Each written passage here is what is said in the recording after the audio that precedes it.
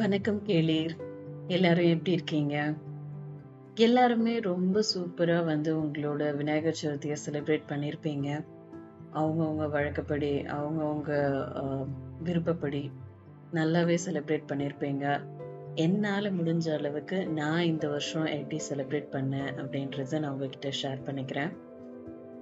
So நான் இந்த விநாயகர் சதுர்த்திய அ புதுசாலாம் விநாயகர் வச்சு மண் பிள்ளையார் வாங்கிட்டு வந்து வச்சு அந்த மாதிரிலாம் செலிப்ரேட் பண்ணல. ஏன்னா ஒரு 2 இயர்ஸ் நடுவுல விட்டு போச்சு. என்னோட பையன் உடம்பு சரியில்லாம போயிட்டதுனால 1 வருஷம் கட் ஆச்சு. சரி, அது ஒரு 3 இயர்ஸ் அப்படியே விட்டுட்டு அதுக்கப்புறம் நம்போ ஸ்டார்ட் பண்ணலாம் அப்படின்றதுனால நான் ஒரு 2 இயர்ஸ் விட்டுட்டேன். இந்த இயரும் விட்டுட்டேன். நெக்ஸ்ட் இயர் அந்த விநாயகர் அருளால நான் கண்டிப்பா மண் பிள்ளையார் வச்சு வணங்குவேன்னு நம்புறேன். அதனால நாங்க என்ன பண்ணோம்னா, இந்த 1 டே நம்ம கொஞ்சம் வெளிய போயிட்டு வரலாம் அப்படின்னு சொல்லிட்டு தான் கிளம்பிட்டோம். ரொம்ப நாளா சில கோயில் எல்லாம் நம்ம பக்கத்திலேயே இருந்தா கூட பார்க்காம நெறைய கோயில் இருக்கும் இல்லையா? அது மாரி சென்னையிலேயே இருந்துட்டு கூட பார்க்காம நெறைய நல்ல கோயில்கள் எல்லாம் இருக்கு. அதுல ஒரு 2, 3 கோயில் தான் நாங்க பார்க்கலான்னு கிளம்பி போயிட்டோம். காலையிலேயே கிளம்பி போயிட்டோம். ஸோ ஃபர்ஸ்ட் நாங்க போன இடம் மாங்காடு அம்மன் கோயில், மாங்காடு காமாட்சி அம்மன் கோயில் தான் போயிட்டு இருந்தோம். அங்கிருந்து அப்படியே திருவேற்காடு கருமாரி அம்மன் கோயிலுக்கு போனோம். அதுக்கப்புறம் நவபாஷான வடபழனி சித்தர் பீடம், அது இந்த ஸ்ரீபெரும்புதூர் கிட்ட இருக்குது. இந்த 3 கோயிலுக்கு தான் நாங்க போனோம். இந்த 3 கோயிலையும் போயிட்டு வீட்ல எல்லாமே நாங்க செய்ய ஆரம்பிக்கிறதுக்கு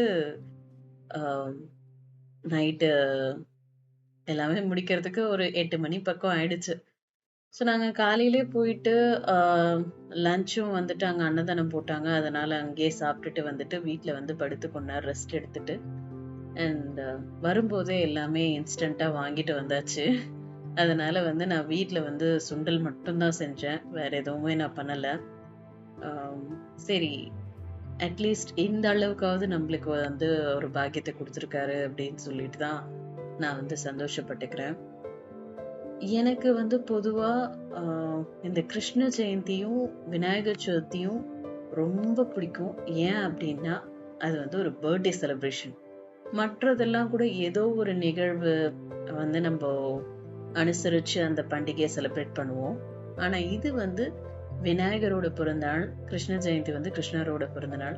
அதனால இது 2 மட்டும் நான் பண்ணும்போது என்னமோ என்னோட குழந்தைங்களுக்கு பிறந்த நாள், என்னோட குழந்தைக்கு பிறந்த நாளா இருந்தா அதை நான் எப்படியெல்லாம் அலங்காரம் பண்ணி பார்ப்பேன் அப்படின்ற மாதிரி எனக்கு அப்பவே கல்யாணத்துக்கு முன்னாடியில இருந்தே அந்த மாதிரி ஒரு தாட் தான். ஒரு குழந்தைக்கு எப்படி நம்ம அலங்காரம் பண்ணுவோமோ அதே மாதிரிதான் நான் வீட்டுல டெக்கரேட் பண்ணுவேன். ஸோ இந்த வருஷம் பாத்தீங்கன்னா நாங்க இந்த வீட்டுக்கு வந்திருக்கோம். லைக் ஏற்கனவே இருந்த வீடை விட பெரிய வீடு, கொஞ்சம் நல்ல பெரிய பூஜை ரூம். அஃப்கோர்ஸ் ஒரு லெவல் கொஞ்சம் மேல போயிருக்கோம் இல்லையா? அந்த வீட்டுக்கு வாடகை கொடுக்கறத விட கொஞ்சம் அதிகமா எக்ஸ்ட்ரா கொடுத்து இந்த வீட்டுக்கு வாடகைக்கு வந்திருக்கோம் அப்படின்னாலே அதுவே ஒரு பெரிய முன்னேற்றம் தானே. நான் அப்படித்தான் நினைக்கிறேன். அதனால அதுக்கு தேங்க்ஸ் சொல்ற விதமா நான் என்னால முடிஞ்ச அளவுக்கு என்கிட்ட என்னோட சத்துக்கு தகுந்த மாதிரி நான் இந்த விநாயகர் சதுர்த்தியை செலிப்ரேட் பண்ணேன். இதுல முதல்ல இருக்கிற இந்த கலர்ஃபுல் விநாயகரும், இந்த சைட்ல இருக்கிற இந்த சிவலிங்கத்தை கட்டி பிடிச்சிட்டு இருக்கிற மாதிரி இருக்கிற விநாயகரும் என் வீட்டுக்கு வந்த ஸ்டோரி ரொம்ப இன்ட்ரெஸ்டிங்கா இருக்கும். இந்த 2 விநாயகருமே நான் எனக்காக வாங்கிக்கல, எனக்கு யாரும் கிஃப்டும் பண்ணல. என்ன ஆச்சுன்னா, நான் ஒரு வீட்டு கிரக பிரவேசத்துக்காக முதல்ல அந்த கலர்ஃபுல் பிள்ளையார கிஃப்டா வாங்கினேன். கரெக்டா அந்த ஃபங்க்ஷனுக்கு போகும்போது நான் அதை மறந்து வச்சுட்டு போயிட்டேன். சரி, ஓகே, இது அழகாவும் இருக்கு, நம்மளை விட்டு போக மாட்டேங்குது அப்படின்னு சொல்லிட்டு நான் அப்படியே வச்சுட்டு மறுபடியும் இந்த பிள்ளையார வாங்கினேன். இந்த பிள்ளையாரும் என்னை விட்டு போக மாட்டேன்னு சொல்லிட்டு அவரும் நான் கரெக்டா அங்க போகும்போதெல்லாம் மறந்துட்டு போயிடுறதுனால இவங்க 2 பேரும் என்கிட்டயே தங்கிட்டாங்க. என் நடுவுல இருக்கிற பிள்ளையார் என்னோட ஃபேமிலி ஃப்ரெண்ட் அங்கிள் ஒருத்தர் இருக்காரு. அவர் இந்த சிலையெல்லாம் செய்யறது அவருக்கு தெரியும். ஸோ எங்க அம்மா வீட்டுல இருக்கிற பிள்ளையாரும் அவர் தான் நான் சின்ன வயசுல இருக்கும்போது அதை செஞ்சு கொடுத்தாராம். நான் அதனால எனக்கு கல்யாணம் ஆகும்போது நான் அவர்கிட்ட சொல்லிட்டேன், எனக்கும் அதே மாதிரி பிள்ளையார் செஞ்சு கொடுக்கணும்ட்டு. ஆனா அவர் என் மேல இருக்கிற பாசத்துல ரொம்ப பெரிய பிள்ளையார் செஞ்சு கொடுத்துட்டாரு. அண்ட் இந்த பிள்ளையாருமே வந்துட்டு உடனடியா என் கைக்கு கிடைக்கல கல்யாணம் ஆன உடனே. ஏன்னா கல்யாணம் ஆன உடனே லாக்டவுன்ல மாட்டிக்கிட்டோம். யாரும் வந்து ஒழுங்கா ப்ராப்பரா கம்யூனிகேட் பண்ணிக்க முடியல. அதனால எனக்கு ஒரு 2 வருஷம் கழிச்சுதான் இந்த பிள்ளையார் என் கையில கிடைச்சாரு. அந்த 2 வருஷமும் எங்க அம்மா வீட்டுல வந்து பச்சரிசியில தான் இருந்தாரு. ஆனா என்ன விசேஷம்னா அந்த பச்சரிசி கொஞ்சம் கூட வண்டு வைக்கிறதோ புழு வைக்கிறதோ எதுவுமே ஆகாம அவ்வளோ ஃப்ரெஷ்ஷா இருந்ததா அந்த அரிசி. இது பார்த்து என் கையில வாங்கின உடனே என்னமோ எனக்கு ஒரு பிறந்த குழந்தைய தூக்குன ஒரு ஃபீல். அதனால எப்பவுமே இந்த பிள்ளையார் மட்டும் எனக்கு வந்து என்னோட பையன் அப்படின்ற ஃபீல்ல தான் இருக்கும். எனக்கு எப்ப நான் தொட்டு தூக்குனாலுமே எனக்கு அந்த ஃபீல் தான் இருக்கும்.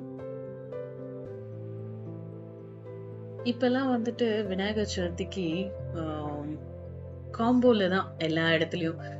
நம்ம ரோட்டு கடையில வாங்கினாலும் சரி, ஒரு கடையில போய் ஸ்வீட் ஸ்டால்ல வாங்குறதுனாலும் சரி, அந்தந்த ஃபெஸ்டிவலுக்கு தகுந்த மாதிரி கரெக்டா எல்லாமே. முன்னெல்லாம் நம்ம அப்பாங்கெல்லாம் கடைக்கு போனாங்கன்னா ஒண்ணு இருந்தா ஒண்ணு மறந்துட்டு வந்துருவாங்க. ஒரு சில வருஷம் எல்லாம் வந்துட்டு எல்லாம் படைச்சு முடிச்ச பின்னாடி வந்துட்டு இது வாங்கல அது வாங்கல அப்படின்னு அம்மா கிட்ட திட்டு வாங்கின அப்பாக்கள்லாம் நிறைய பேர் இருந்திருப்பாங்க. எங்க அப்பாவும் நிறைய அந்த மாதிரி வாங்கியிருக்காரு. எங்க அம்மாவும் நிறைய வந்துட்டு ஏதாவது ஒண்ணு சொல்ல மறந்து விட்டு போக, அந்த மாதிரி ஏதாவது ஒரு குறை ஏதாவது ஒரு வருஷம் நடக்கும். ஆனா பரவாயில்ல அப்படின்ற மாதிரி. ஆனா இப்ப அப்படியெல்லாம் இல்ல. எல்லாமே A to Z. நீங்க ஆன்லைன் ஷாப்பிங்கா இருக்கட்டும், எதுவா இருக்கட்டும், எல்லாத்துலயுமே வந்து காம்போவா இந்த இந்த காம்போ இவ்வளவுதான் அப்படின்ற மாதிரி நீங்க பே பண்ணி வாங்கிட்டீங்கன்னா முடிஞ்சது. எந்த குறையும் இல்லாம அவ்வளோ பெர்ஃபெக்ட்டா நீங்க சாமி கும்பிட்டுறலாம்.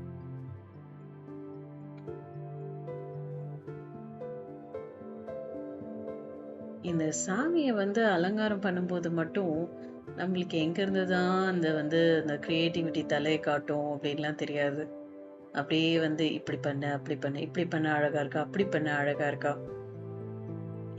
எனக்கு வந்து எப்படி ஃபீல் ஆச்சுன்னா என்னோட பையனை வந்து ரொம்ப குழந்தையில கை குழந்தையா இருக்கும்போது எப்படி வந்து குளிக்க வச்சு அதுக்கு வந்து இந்த பேபி லோஷன் எல்லாம் போட்டு பவுடர் அடிச்சு ட்ரெஸ் போட்டு விடுறது அந்த ஃபீல்ல தான் நான் வந்து அது பண்ணிட்டு இருந்தேன். இதுக்கு நடுவுல வந்துட்டு இந்த மாலை அங்க இருக்கு அந்த மாலை இங்க இருக்கு இதை கழுவி எடுத்துட்டு வா அதை கழுவி எடுத்துட்டு வா அப்படின்னு ஒன்னொன்னா வந்து நான் உட்காந்துட்டேன்.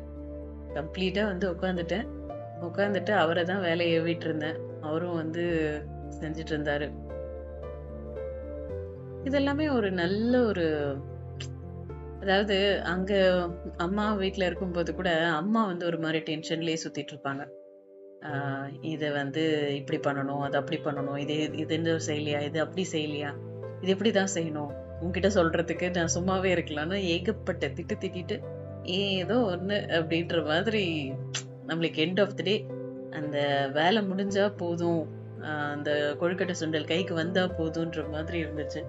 ஆனா இப்ப வந்து அந்த கொழுக்கட்டை சுண்டல் எல்லாம் தாண்டி இதுல இருக்கிற ஒரு சாட்டிஸ்பேக்ஷன் இதுதான் இப்ப வந்து முக்கியமா தெரியுது. என்ன வாங்கின அடி அப்படி வாழ்க்கையில நிறைய அடிபடும் போதுதான் சாப்பாடை தாண்டின விஷயங்கள் எல்லாம் நிறைய இருக்கு அப்படின்னு நம்மளுக்கு புரியும்.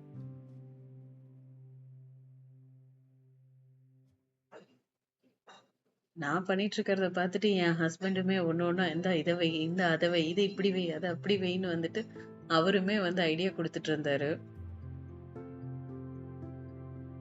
நாங்க வெளிய போகாம இருந்திருந்தா இன்னுமே கூட வந்துட்டு சீக்கிரமா இன்னும் நான் வீட்ல ஏதாவது செஞ்சு படிச்சு சாமி கும்பிட்டுருக்கலாம். பட் கொஞ்ச நாளாவே வந்து ரொம்ப ஸ்ட்ரெஸ், வேலை வந்துட்டு கொஞ்சம் ப்ராஜெக்ட் இல்லாம இன்னும் கொஞ்ச நாள் இப்படியே இருந்ததுன்னா ஹெச்ஆர் டிஸ்கஷன் போகும் அப்படி இப்படின்லாம் வந்து ரொம்பவே பயமுறுத்தி விட்டுட்டாங்க. அதனால ரொம்ப டென்ஷனா இருந்தது. இது என்னடா இது அப்படின்ற மாதிரி போயிட்டு இருந்தது. அவரும் வந்துட்டு காலையில லாகின் பண்ணாருன்னா நைட்டு வரைக்கும் வந்து மீட்டிங் அது இதுன்னு போயிட்டே இருந்தது. அவரும் வந்துட்டு முன்ன மாதிரி எங்க கூட டைம் ஸ்பெண்ட் பண்றது இல்ல. அதனால வந்து ஓகே இந்த கேப்பை யூஸ் பண்ணிக்கலாம் அப்படின்னு சொல்லிட்டு தான் கோயிலுக்கெல்லாம் போயிட்டு வந்தோம். நான் சொன்னேன் இல்லையா அந்த காம்போ, இது வந்து ஒரு ஸ்வீட் ஸ்டால்ல தான் வந்துட்டு விநாயகர் சதுர்த்தி காம்போன்னு சொல்லிட்டு இந்த கொழுக்கட்டை இதெல்லாம் வந்து வித்தாங்க. அதனால அப்படியே அழகா வாங்கிட்டு வந்தாச்சு. இந்த சுண்டல் மட்டும்தான், அதுக்கப்புறம் ஒரு டம்ளர் பால் வச்சோம். இதெல்லாம் மட்டும்தான் வந்து நான் வாங்கினது. மீதி ஐ மீன் நான் வீட்ல செஞ்சது. மீதி எல்லாமே கடை ஐட்டம் தான். But it's okay. அத வாங்கி படைக்கிற அளவுக்காவது எனக்கு வசதி குடுத்திருக்காரு இல்லையா கடவுள். அதுக்கு ரொம்ப நன்றி சொல்லிட்டு தான் நான் வந்து அன்னைக்கு சாமி கும்பிட்டேன். ரொம்ப மனநிறைவா இருந்தது. ஏன்னா வந்துட்டு ஆஹ் அங்க வந்து பூஜ் ரூம் ஜஸ்ட் ஒரு ஷெல்ஃப் தான். பட் இங்க வந்துட்டு அதுக்கு அழகா வந்துட்டு ஒரு பூஜ் ரூம் வச்சு அதுல வந்து நான் இந்த மாதிரி ஒரு பெருசா நான் பண்றது எனக்கு ரொம்ப சந்தோஷமா இருந்தது. ஆஹ் அடுத்த வருஷம் கண்டிப்பா வந்து மண்பிள்ளையார் வாங்கி வச்சு கும்பிடணும்னு வந்து மனசுல நினைச்சிருக்கேன். கண்டிப்பா அது நடக்கணும். இந்த பிள்ளையார வந்துட்டு எடுத்து வச்சுட்டு நம்மளோட விருப்பம் எல்லாம் நிறைவேறினாதான் வந்து அதை கரைக்கணும் அப்படின்ற மாதிரி ஒரு விஷயம் ஃபாலோ பண்ணுவாங்க இல்லையா? அது நீங்க எல்லாம் ஃபாலோ பண்றீங்களான்னு எனக்கு வந்து கமெண்ட்ல சொல்லுங்க. ஸோ இது வரைக்கும் வீடியோவை பார்த்து ரசிச்சதுக்கு ரொம்ப தேங்க்ஸ். உங்க எல்லாருக்குமே அந்த விநாயகர் பெருமானோட அருள் கிடைக்கணும்னு நான் வேண்டிக்கிறேன். ஸோ தேங்க்ஸ் ஃபார் வாட்சிங்.